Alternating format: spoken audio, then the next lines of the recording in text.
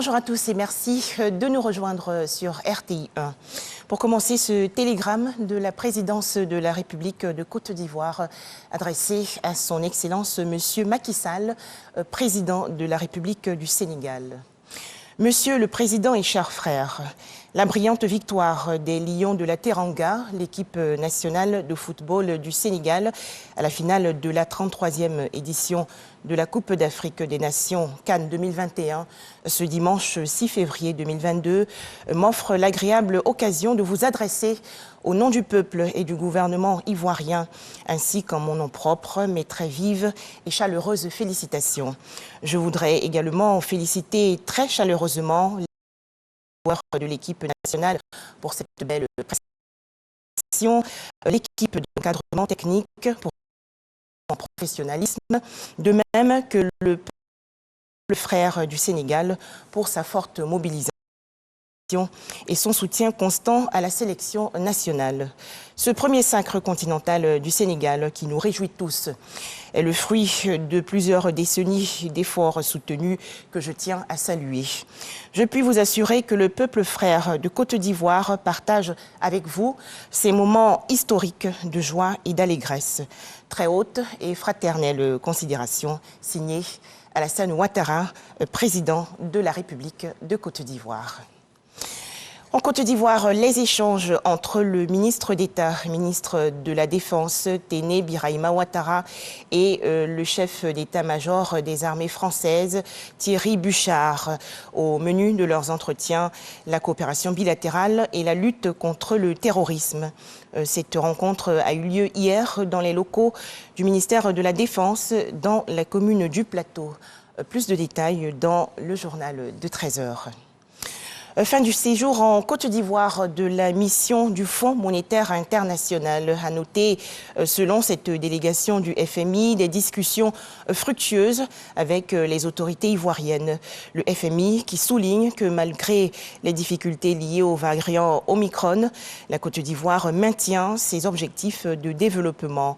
Plus de détails, bien sûr, dans l'édition de 13h.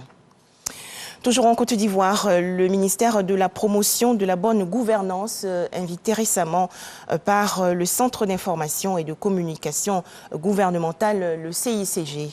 Les échanges ont porté sur la lutte contre la corruption, ce fléau qui a fait perdre à l'État ivoirien plus de 1000 milliards de francs CFA en 2019. Les précisions dans ce reportage de Espérance Diakale et Abou Sanogo.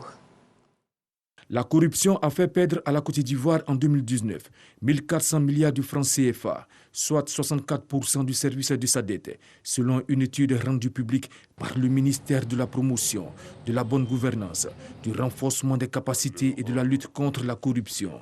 Des chiffres qui fragilisent les recettes fiscales de l'État et freinent les efforts des autorités dans la mise en œuvre des politiques publiques pour l'amélioration des conditions de vie des populations. Face à tout cela, le président Alassane Ouattara a donné un coup d'accélérateur à sa politique de lutte contre la corruption. Il a fait de la lutte contre la corruption et la promotion de la bonne gouvernance la troisième priorité de l'année 2022.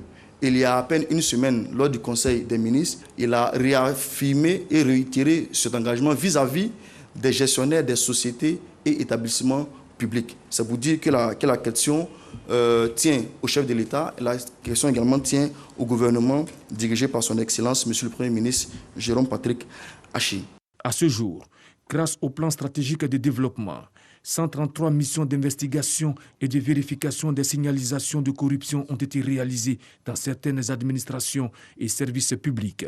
Au thème de toutes ces missions, 64 agents et fonctionnaires de l'État ont été interpellés et traduits devant les conseils de discipline conformément au statut général de la fonction publique. Le ministère a mis en place, et bientôt ça sera lancé par son Excellence Monsieur le Premier ministre, une plateforme d'alerte et de signalement qu'on a appelée SPACIA, qui est le système de prévention et de détection des actes de corruption et d'infractions assimilées.